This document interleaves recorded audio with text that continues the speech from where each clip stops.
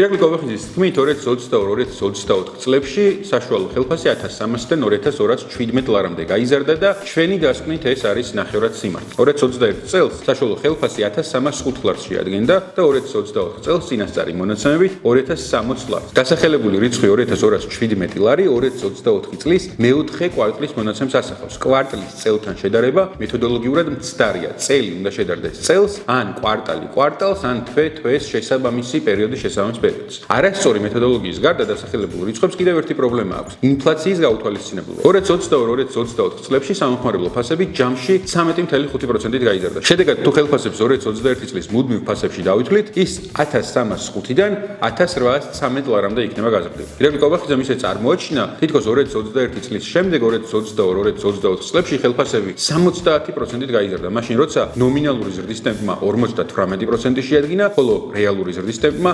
39%. ქართული ოცნების თავმჯდომარემ ერთი მხრივ მეთოდოლოგიური შეცდომა დაუშვა, როცა კვარტალური მონაცემი წლიურს შეადარა და მეორე მხრივ უგულებელყო ინფლაცია. შედეგად ხელფასის რეალური ზრდა უფრო დიდ ზრდად წარმოაჩინა, ვიდრე ის სინამდვილეშია. აღნიშნულის გათვალისწინებით ფაქტმეტმა კობახიძის განცხადება შეაფასა ვერდიქტით ნახევრად სიმართლე, უფრო მეტი დეტალი შეგიძლიათ ნახოთ ჩვენ სტატიაში, მანამდე კი გამოიწერეთ ჩვენი არხი და დაელოდეთ სხვა გადამოწმებულ ფაქტებს.